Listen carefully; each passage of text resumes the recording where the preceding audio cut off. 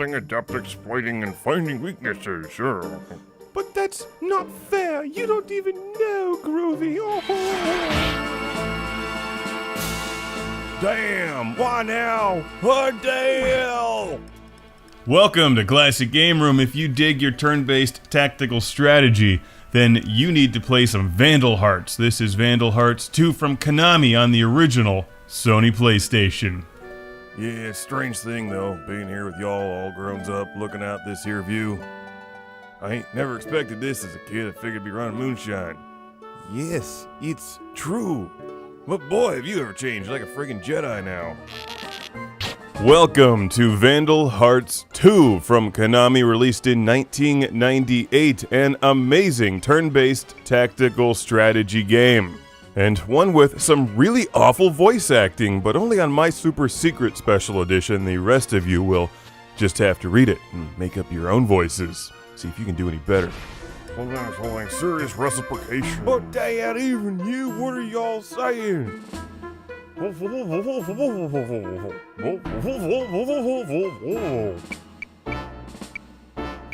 It's a rich plot, thick with political intrigue, spiced with young love. And a lot of characters to follow throughout this monstrous game.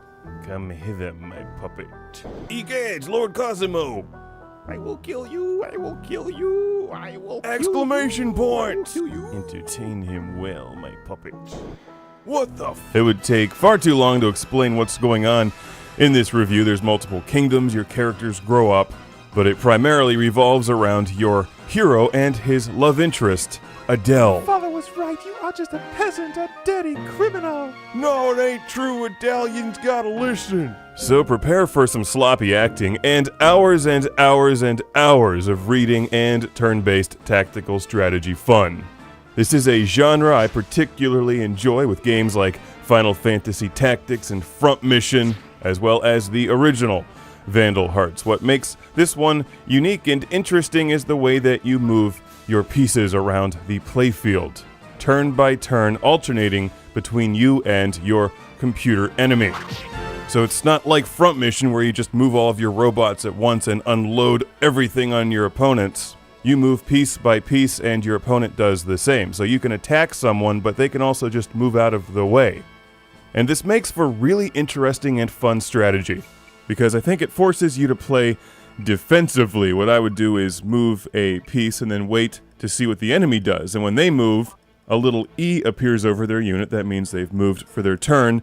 And then you can just wail on them, remembering that your pieces also have the same issue and can be left wide open. And one thing you gotta keep in mind, a big thing actually, is that if your hero is killed, you lose the battle.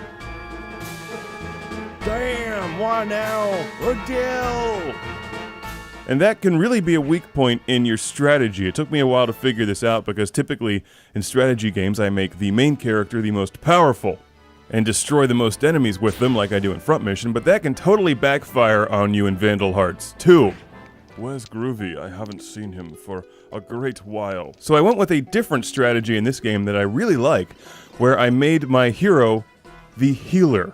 So Groovy just hangs out in the back and heals everybody while gaining experience points and never taking any damage. It's brilliant. Can't believe it took me this long to figure that out.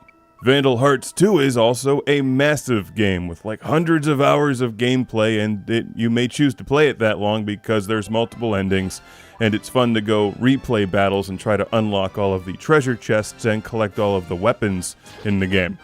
It'll take you a good 10 hours just to get into it, but if you're familiar with this genre, you'll get up to speed quickly, as you have weapon attacks, magic attacks, healing spells, and the game looks and sounds good on the original PlayStation or PlayStation 3 as well. Prepare for a challenge though. Vandal Hearts 2 doesn't make your quest easy. You'll face many, many powerful enemies, some of which have bigger magic spells than you do, and the magic in particular looks great in this game.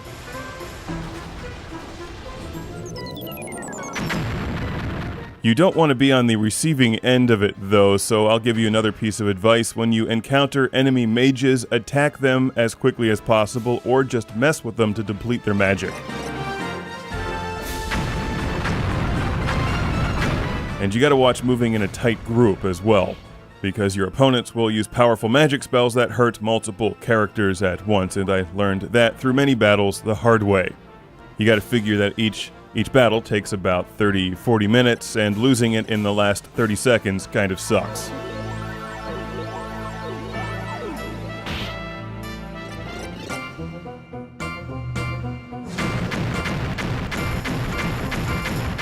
Over the years, the video game industry has attempted to promote games for active use and healthy living and weight loss or whatever, but this is the healthiest kind of game that you can play because you can play it on the treadmill.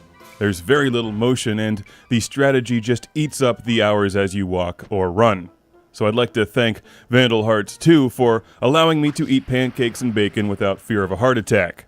And I'd also like to thank Wire Wizard from Florida for sending this game to the show quite some time ago. It took me a while to play the first one, and it's taking me a while to play this one. I really like it, though. It's Vandal Hearts 2. I gotta highly, highly recommend this game for you tactical strategy fans. It's an excellent game with some great characters and good writing that takes a while to get into it. But I think you'll find a lot to love about Vandal Hearts 2, so thanks again to Wire Wizard. It's good for your heart, it's good for your brain, and it's always fun to light people on fire with magic dragons. It's Vandal Hearts 2.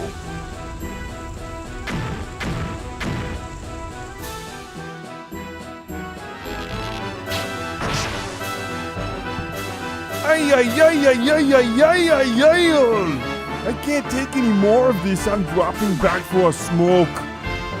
Worst acting ever.